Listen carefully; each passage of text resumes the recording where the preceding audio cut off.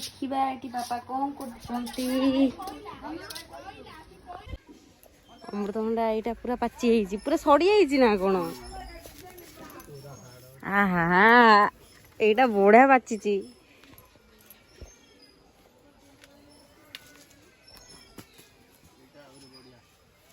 କୋଉଟା? ଏଇଟା ବଢିଆ ଲାଗିବ, ଏଇଟା ପୁରା ପାଚିଛି।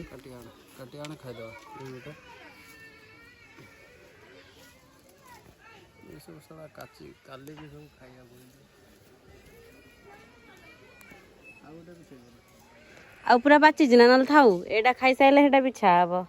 କାହିଁକି ସବୁ ଆମ ଗଛର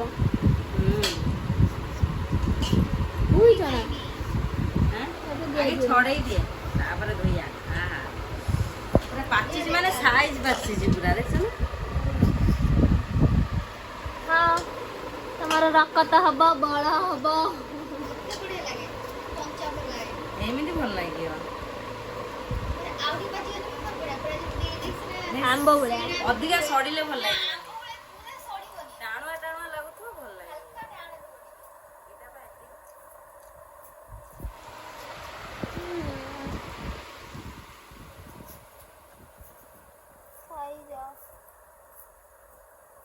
ମୁଁ ଆଜି ଖରାରେ ତମକୁ ଯେତେବେଳେ ଉଠିକି ପଚାରିନି ନା ତମେ ଖାଇବା ଦେଇଛ, ଆମେ ତ କଣ ସ୍ୱପ୍ନ ଦେଖି ଜାଣିଛ ନା?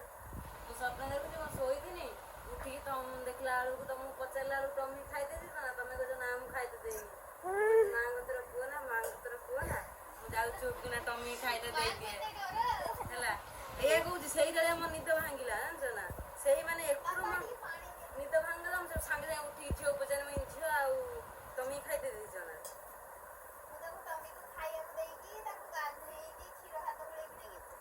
ମୁଁ କହିନି ଆଜି କାହିଁକି ଗଲା ଆଜି ତମେ। ମା ତମକୁ ଆଜି ଭର୍ତ୍ତା ବନେଇଥାନ୍ତା।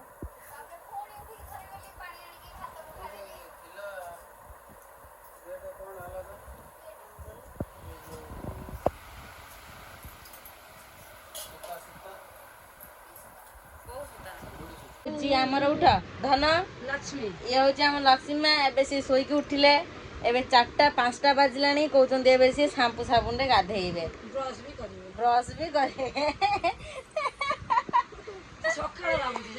ଉଠେ ବାବା ଉଠେ, ଉଠେ ଟିକେ।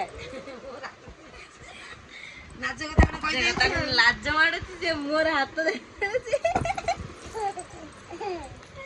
ଦେଖ ତମ ମୁହଁ ଦେଖ, ତମେ ଏବେ ବ୍ରଶ କରିବ, ବ୍ରଶ କରିବ, ସାମ୍ପୁ ସାବୁନ ଲଗେଇ ଗାଧେଇବ। ଗାଧେଇବ ତ? ସତରେ ଗାଧେଇବ ତ? ଚାଲ ଚାଲ। ଆଉ ବ୍ରଶ ବି କରିବ। ତମେ ଆଜି ଖାଇନ? ଏଇଟା କଣ ସକାଳ ହେଇଛି? 4ଟା ବେଳ। ସମସ୍ତେ ଏଇ ପିଲାଟାକୁ ଭଲସେ ଦେଖ। ଏ ପିଲାଟା ଏବେ 5ଟାରେ ଉଠିକି କହୁଛି ମୁଁ ବ୍ରଶ କରିମି ଆଉ ଗାଧେଇମି ସାମ୍ପୁ ସାବୁନ ଲଗେଇକି। ଦେଖ ଦେଖ ଦେଖ, କିଏ ଦେଖ ଏଇ ପିଲାଟା ମାଲ ଅଛି। ଦେଖ ଧନ ତ ସମସ୍ତେ ଦେଖିଲେ ମାଲ। ଉଠିବ ସେ। ଦେଖନ୍ତୁ ଇଏ ହଉଛି ସେଇ ପିଲାଟା।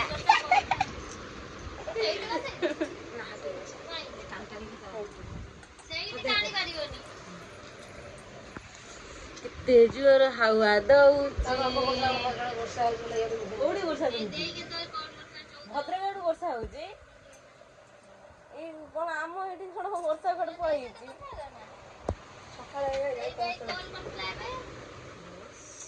ଇଏ ଯୋଉ ଗରମର, ନା ବାହାରକୁ ଯାଇତେ ଇଚ୍ଛା ହଉଛି ନା କିଛି କରତେ ଇଚ୍ଛା ହଉଛି। ଧନ ଧନ